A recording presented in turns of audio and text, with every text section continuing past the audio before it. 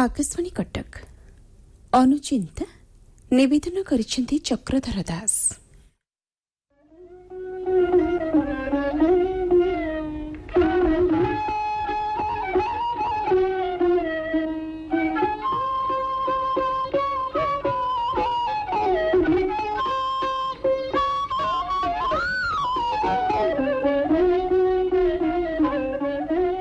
आमे समस्ते भारतीय पवित्र भारत मार कोଳରେ आम समस्तंकर जन्म ग्रामीण हेउ कि शहरी शिक्षित हेउ अबा अशिक्षित धनी हेउ अबा दरिद्र आमे समस्ते जणे जणे ऋषिर संतान अटु।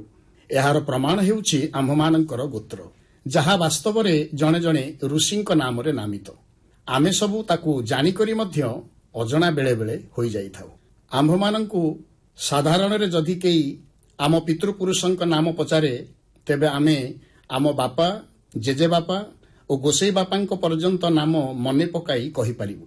समाजर प्राय 95% लोक निज जेजे बापांकर नामकू आदौ जानि नाहांती किंबा कहि मध्य पारिबे नाही। जदि आमे आम पूर्व वंशधर मानंकर नामकू जानिबा नाही तो सेही पूर्वसूरी मानंकर गौरवावह गाथा को किपरि आमे मने पकई परिबा। आमे सेमानंकर योग्य दायाद रूपे निजकू समाज रे किपरि प्रतिष्ठा करि परिबा। वैदिक जुगर आचार्य माने एइतिपाई गोत्र परंपरा सृष्टि करिथिले। जनक गोत्रर नाम काश्यप हेबार अर्थ से व्यक्ति कश्यप ऋषिंकर संतान, से कश्यप ऋषिंकर वंशधर। एई परिचय ही आम पाई उत्तम भावना प्रचोदक होइथाए। एपरि गोत्रादिर नामकू शुद्ध उच्चारण द्वारा आमे जे समस्ते जणे जणे ऋषिर पुओ झियो एई दिव्य भावना आम समस्तंक भितरे सृष्टि हेबो। श्रीमद् भगवत गीता ग्रंथरे उल्लेख करा जाइछि जे व्यासं वसिष्ठ नप्तारं शक्तेः पौत्रमकलमशं पराशरात्मजं वन्दे सुकतातं तपोनिधिं।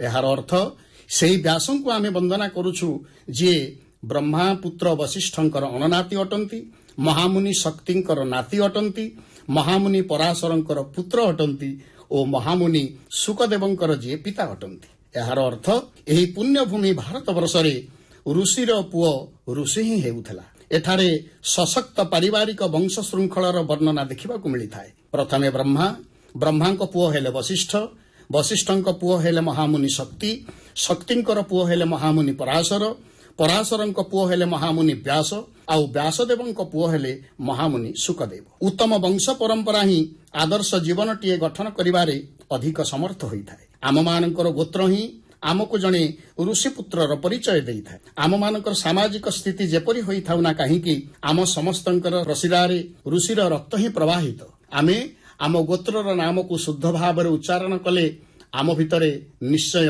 उन्नत मानर चिंतन और विचार सृष्टि हो पारिबो। मु जणे आर्य ऋषिर दायाद होई हीनमन्यता युक्त हेबि नाही। मो जीवन सदाचारमय हेबा उचित। एही चेतन दीप्त भावना आम विचार को निश्चय वृद्धिमंत करिवो। आमे शिक्षित अटु किंतु चेतनशील मनुष्यटीए निश्चित आमे होई पारिबा। आमे केवल पूजा पार्वण मेलादिरे पुरोहितंकु पूजा उद्देश्य रे नाम गोत्र कही नीरव रही जाऊ। आमे माने भाबू गोत्रर नाम बोध हुए केवल पूजा पाठ पई आवश्यक ना, वास्तवता आदौ सेया नुहे।